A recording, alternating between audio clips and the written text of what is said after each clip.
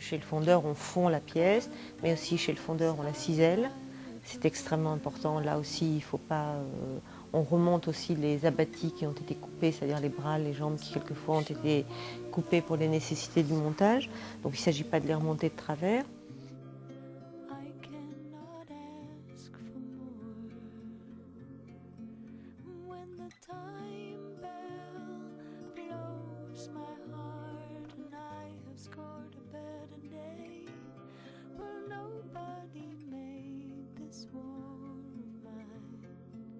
C'est une longue chaîne, vraiment, depuis mon atelier.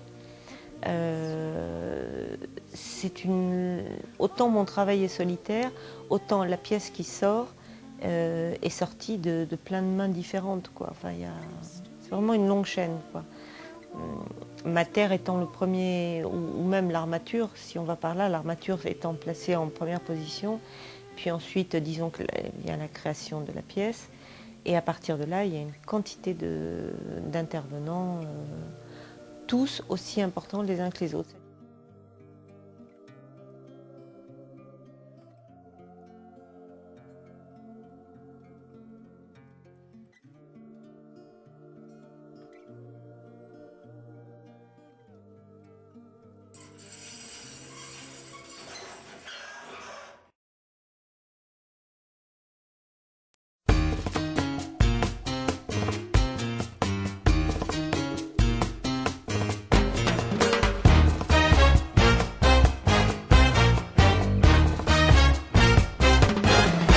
You can dance every dance with the guy who gives you the eye. Let him hold you tight. You can smile every smile for the man who held your hand beneath the pale moonlight. But don't forget who's taking you home and in whose arms you're gonna be. So darling, save the last dance for me. Oh, I know that the music's fine, like sparkling wine. Go and have your fun, laugh and sing. But while we're apart, don't give your heart to anyone. And don't forget who's taking you home and in whose arms you're gonna be.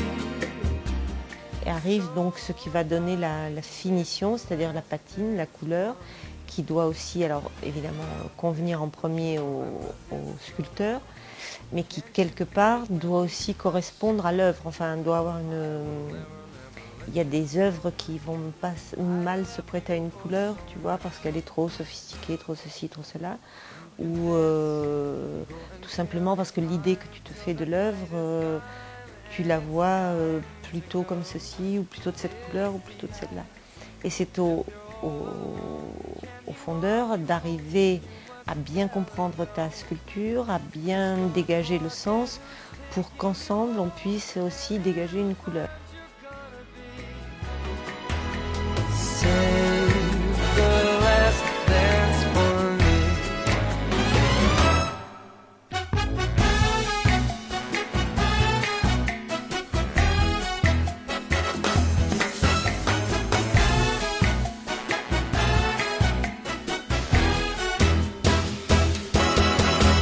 I know that the music's fine, like sparkling wine. Go and have your fun.